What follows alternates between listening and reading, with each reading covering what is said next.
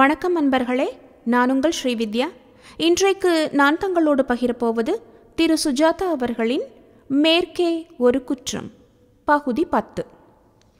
மாலை 2:30 மணிக்கு இருவரும் கிளம்பி உபான் என்னும் தரைக்கு கீழே ஓடும் ரயில் பிடித்தார்கள். சென்ட் விங்கர்டா, மரியன் ஃபிளாட்ஸ், இசார்டார் என்று வினோதமான ஸ்டேஷன் பெயர்கள். பளபளப்பான சௌகரியமான பாதாள ரயில்.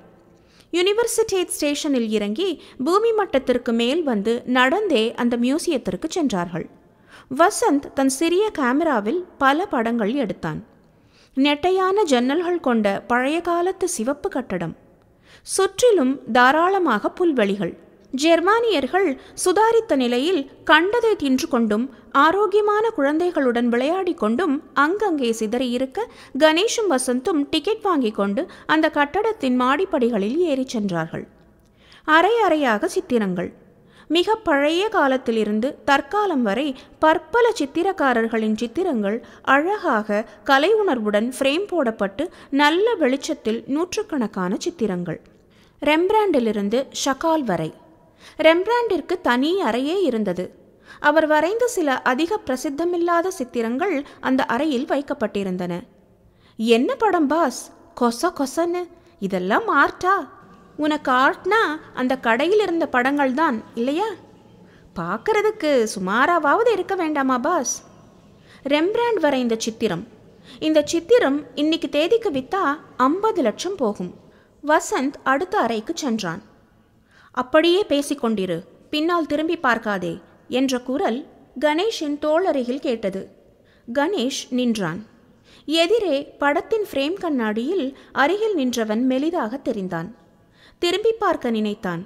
எங்களை பார்க்காதே, பார்த்தால் துன்பம் ஏற்படும். துப்பாக்கி இருக்கிறது. சரி, பார்க்கவில்லை, சொல்லு. கொண்டு வந்திருக்கிறாயா?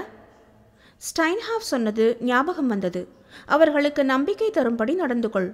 கொண்டு வந்திருக்கிறேன். சரக்கு எங்கே இருக்கிறது? ஹோட்டலிலா?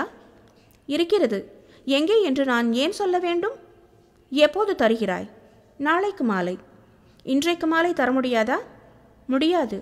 நாளை மாலை. அதற்குள் பணம் முழுவதும் வேண்டும். பணமா? ஆம், பணத்தை வாங்கி கொண்டு சரக்கை கொடு என்றுதான் பேச்சு. சரி, நாளைக்கு மாலை. எப்படி, எங்கே வருவது? அந்த விவரங்கள் அப்புறம் தெரிய வரும். எப்படி தகவல் சொல்வாய்? கணேஷ் திரும்பி பார்த்தான். ஆள் காணாமற் போய்விட்டான். கண்ணாடி வழியாக மெலிதாக தெரிந்த அவன் முகம் எப்படி இருந்தது? யோசித்து பார்த்தான். சதுர முகம், 5 அடி 4 அங்குலம் இருப்பான். ஃப்ளாண்ட் என்று சொல்லக்கூடிய தலைமயிர். வேறு என்ன ஞாபகம் இருக்கிறது? சரக்கு? என்ன சரக்கு? இருக்கிறது என்று தாராளமாக சொல்லியாகிவிட்டது. என்ன இருக்கிறது? ஒரு எழவும் இல்லை. வசந்த் வந்தான். சரியான சமயத்தில் எங்கடா போன நீ? நீ ஜெர்மனிக்கு வந்து என்ன பிரயோஜனம்? முக்கியமான சமயத்தில் அம்பேலாயிடுற. என்னாச்சு பாஸ்? ஒரு ஆள் வந்து என்னை காண்டாக்ட் பண்ணான். சரக்கு கொண்டு வந்திருக்கியான்னு கேட்டான். பார்த்தேன் பாஸ், தூரத்திலிருந்து பார்த்தேன். நீங்கள் அவனோட படத்தை பார்த்துட்டே பேசுனீங்க இல்லை? நீ இருந்திருந்தா ஆளையாவது கவனிச்சிருக்கலாம். நான் சும்மா இல்லை பாஸ், அங்கிருந்து உங்கள் 2 பேரையும் ஒரு கிளிக் அடிச்சிருக்கேன் என்று காமிராவை காட்டினான். கிரேட்! முதல் தடவையா ஒரு உருப்படியான காரியம் பண்ண. இருவரும் அந்த மியூசியத்தை விட்டு வெளியே வந்தார்கள். எல்லாமே பிரமிப்பாகி இருந்தது. என்ன செய்யறது பாஸ்? இதை எப்படியாவது ஸ்டைன்ஹாஃபுக்கு தெரிவிக்க வேண்டும். எப்படி? அவங்க நம்பர் எதுவும் கொடுக்கலையே. அவங்களா காண்டாக்ட் பண்ணுவாங்க. வா, ஹோட்டலுக்கு போயிடலாம். ஒரு டாக்ஸி பிடித்தார்கள். பிரசிடென்ட் ஹோட்டல் என்றார்கள். டாக்ஸிக்குள் ரேடியோ இருந்தது. அந்த ரேடியோ சற்று நேரத்தில் உயிர் பெற்று ஏதோ ஜெர்மன் பாஷையில் சொல்ல டாக்ஸி டிரைவர் திரும்பி, யூ ஆர் கணேஷ் என்றான். யா என்றான் Ganesh. Police calling you. Ganesh ஆச்சரியத்தில் ஆழ்ந்தான். அந்த ரேடியோவில் ஸ்டைன்ஹாஃபின் குரல் ஒலித்தது. மிஸ்டர் கணேஷ், அவர்கள் உங்களுடன் தொடர்பு கொண்டார்கள் அல்லவா? ஆம். இது என்ன ஆச்சரியம்? டாக்ஸிக்குள் எப்படி நீங்கள் பேசுகிறீர்கள்? எல்லா சேனலிலும் எங்களுக்கு தொடர்பு கொள்ள வசதி இருக்கிறது. என்ன கேட்டார்கள்? சரக்கு கொண்டு வந்திருக்கிறாயா என்று. என்ன சொன்னீர்கள்? கொண்டு வந்திருக்கிறேன், நாளை தருகிறேன் என்று. குட். உங்களுடன் பேசின ஆளை ஞாபகம் இருக்கிறதா? வசந்த் ஃபோட்டோ பிடித்தான். தெரியும். நீங்கள் பார்த்த அடையாளம் ஏதாவது? மெலிதான கண்ணாடி பிம்பத்தில் பார்த்தேன். சரி, நீங்கள் பான்ஹாஃபில் இறங்கிக் கொள்ளுங்கள். ஒரு நீல நிற கார் உங்கள் அருகில் வந்து நிற்கும். அதில் ஏறிக்கொண்டு எங்கள் அலுவலகத்திற்கு வாருங்கள். மேற்கொண்டு பேசலாம். டிரைவரிடம் மைக்ஃபோனை கொடுங்கள். இந்தா என்றான். டிரைவருடன் ஜெர்மன் பாஷையில் பேசினார் ஸ்டைன்ஹாஃப். ரிமார்க்கபிள் பாஸ், என்ன போலீஸ், என்ன சாமர்த்தியம்! நம்மை அறியாம நம்ம பின்னாலேயே வந்துக்கிட்டு இருக்காங்க. டாக்ஸி ஏறிய உடனே அவங்களுக்கு செய்தி போயிட்டு டாக்ஸி நம்பர் விவரமெல்லாம் போய் டாக்ஸிக்குள்ளே இருக்கிற ரேடியோவில் தொடர்பு கொண்டுட்டாங்க. அப்பா, அசுர வேக கம்யூனிகேஷன். கவலையே இல்லை பாஸ். அப்புறம் ஒரு சின்ன விஷயம், வசந்தை உதவாக்கரைன்னு அடிக்கடி சொல்லிக்கிட்டு இருக்கீங்கல்ல, ஃபோட்டோ பிடிச்சனா இல்லையா? உனக்கும் கொஞ்சம் புத்தி இருக்குடா. அந்த பொண்ணு தொடையை தடவினதும் மூளை சுறுசுறுப்பாயிடுச்சு. ஸ்டைன்ஹாஃப் காத்திருந்த போலீஸ் அலுவலகம் நவீன ஆஃபீஸ் போல் இருந்தது. நீளமான காரிடாரில் மௌனமாக நடந்தார்கள். ஒற்றைப்படை எண்கள் ஒரு புறம், இரட்டைப்படை மறுபுறம். மார்க் ஸ்டைன்ஹாஃப் என்ற ஆரவாரமில்லாத சிறிய போர்டு அறைக்குள் அவர்கள் கொண்டு செல்லப்பட்டார்கள். Hello mister Ganesh, hello mister Vasanth. ஜன்னல் திரையை திறந்ததும் மியூனிச் நகரம் சகலமும் விரிந்தது. சுவரில் மிகச் சிக்கலான மியூனிச் நகரின் வரைபடங்கள், வர்ண வர்ண கோடுகள், இழுத்து பிரிக்கப்பட்ட விஸ்தார சதுரங்கள்.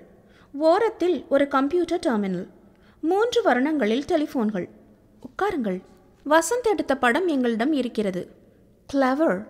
அருகில் இருந்த ஹோனிஷிடம் அதை ஜெர்மனியில் சொல்ல அவன் வசந்தின் கையை பிடித்து குலுக்கினான். வலிக்கிறது, விடுறா. அரை மணியில் அந்த போட்டோ ஈரமாக பெரிசாக வந்து மேஜை மேல் வைக்கப்பட்டது. கணேஷ் பார்த்து கொண்டிருக்க அவன் பின்னே அந்த ஆள் பக்கவாட்டில் தெரிந்தான். ஸ்டைன்ஹாஃபும் ஹோனிஷும் அதை ஆர்வத்துடன் ஆராய்ந்தார்கள். ஹோனிஷ் உதட்டை பிதுக்கினான், தலையை சொரிந்தான். சரி, உபயோகப்படும். இதை கம்ப்யூட்டருக்கு அனுப்புகிறோம். சற்று நேரத்தில் இவன் யார் என்று தெரிந்துவிடும். மிஸ்டர் கணேஷ், அவர்கள் உங்களிடம் சரக்கு கொண்டு வந்திருக்கிறாயா என்று கேட்டார்கள் அல்லவா? ஆம். என்ன சரக்கு? அப்படியென்றால் சரக்கு உங்களுடன் வந்திருக்க வேண்டும். உங்கள் பெட்டிகளை தீவிரமாக பரிசோதித்து பாருங்கள். அதில் லைனிங் கொடுத்து மறைவாக ஏதாவது இருக்கிறதா என்று பாருங்கள். உங்களை அறியாமல் அந்த பெட்டிக்குள் ஏதாவது இருக்கலாம். சந்தேகம்தான். நான் கொண்டு வந்தது பழைய பெட்டி. மிஸ்டர் வசந்த், நான் புதிதாக ஒரு பெட்டி வாங்கினேன். எதற்கும் 2ஐயும் பார்த்து விடுங்கள். கிழித்தே பார்த்து விடுங்கள். அப்புறம் உங்கள் பொருட்கள் ஒவ்வொன்றையும் மிக நுட்பமாக ஆராய்ந்து விடுங்கள். முக்கியமாக பவுடர் டப்பா, பாட்டில்கள், சிறிய பெட்டிகள், ஷேவிங் சாதனங்கள் எல்லாவற்றையும். சரி, கவலைப்படாதீர்கள். வேறு பெட்டி வாங்கி கொடுத்து விடுகின்றோம். கவலையே இல்லை. உங்கள் போலீஸ் திறமை எங்களை ஆச்சரியப்படுத்துகிறது. பீர் சாப்பிட போய் வம்பில் மாட்டிக்கொண்டீர்களாமே, அங்கெல்லாம் ஏன் போகிறீர்கள்? நல்ல வேளை உங்கள் ஆசாமி ஒருவர் வந்து காப்பாற்றினார். கொஞ்சம் எச்சரிக்கையாக இருங்கள். மறுபடி அவர்களுடன் பேசும்போது போலீஸ் என்னை தொடர்கிறார்கள் என்கிற பயம் எனக்கு இருக்கிறது என்று வெளிப்படையாக சொல்லிவிடுங்கள். என்ன? எதற்கு என்றான் கணேஷ் ஆச்சரியத்துடன். உங்களை ஆபத்திலிருந்து காப்பாற்றுவதற்கு. பிற்பாடு புரியும். எனக்கு ஒரு சந்தேகம், சொல்லுங்கள். சென்னையில் என்னுடன் தொடர்பு கொண்ட கோஷ்டி என்னிடம் சரக்கு எதுவும் கொடுக்கவே இல்லை. டிக்கெட்டிற்கு பணம் கொடுத்தார்கள். நான் எப்படி அதில் நுழைந்தேன்? அந்த பெண்ணிற்கு பதிலாக. அப்படியென்றால் அந்த பெண்ணிடம் ஏற்கனவே அவர்கள் ஏற்பாடு ஏதாவது செய்திருக்க வேண்டும். இந்த ஏற்பாட்டை மாற்றுவதற்கு அவசியம் இருந்திருக்கவில்லை. சரக்கு என்பது அந்த பெண்ணிடம் இருந்திருக்க வேண்டும். அந்த பெண் இறந்து போய் அவள் இங்கு வர முடியாமற் போய்விட்டது. இருந்தும் வேறு ஏற்பாடுகள் ஏதும் தேவையில்லாமல் இருந்திருக்கிறது. அதில் ஒரு செய்தி இருக்கிறது. புரியவில்லை. அந்த பெண் அந்த நாட்டிய கோஷ்டியைச் சேர்ந்தவள். அந்த நாட்டிய கோஷ்டி கொண்டு வரும் பெட்டிகளில் ஒன்றில்தான் சரக்கு இருந்திருக்க வேண்டும் என்று நினைக்கிறேன்.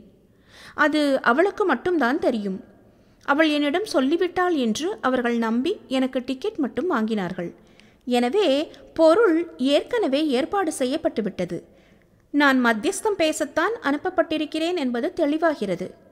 ஸ்டைன்ஹாஃப் யோசித்து, நீங்கள் சொல்வது சாத்தியம். எதற்கும் உங்கள் பெட்டிகளையும் பார்த்துவிடுங்கள். சரி, அந்த கலாராதனாவின் பெட்டிகளை எப்படி சோதிக்கப் போகிறீர்கள்? அது சுலபம். அவர்களை ஹோட்டல் மாற்றும்படி ஏற்பாடு செய்து மாற்றுகையில் பெட்டிகள் அத்தனையையும் குடைந்து சோதித்துவிட்டு அனுப்பிவிடுவோம். அதை நாங்கள் பார்த்து கொள்கிறோம். நல்லது. நீங்கள் எடுத்த ஃபோட்டோ எங்களுக்கு ஏராளமாக உதவப் போகிறது. கவலைப்படாதீர்கள். சற்று ஜாக்கிரதையாக இருங்கள். இரவில் தனியாக செல்லாதீர்கள். டெலிவிஷன் பார்த்து கொண்டிருங்கள். அன்பர்களே, இத்துடன் இந்த பகுதி முடிகிறது. மீண்டும் தங்களை அடுத்த பகுதியில் சந்திக்கிறேன். அதுவரை நன்றி, வணக்கம்.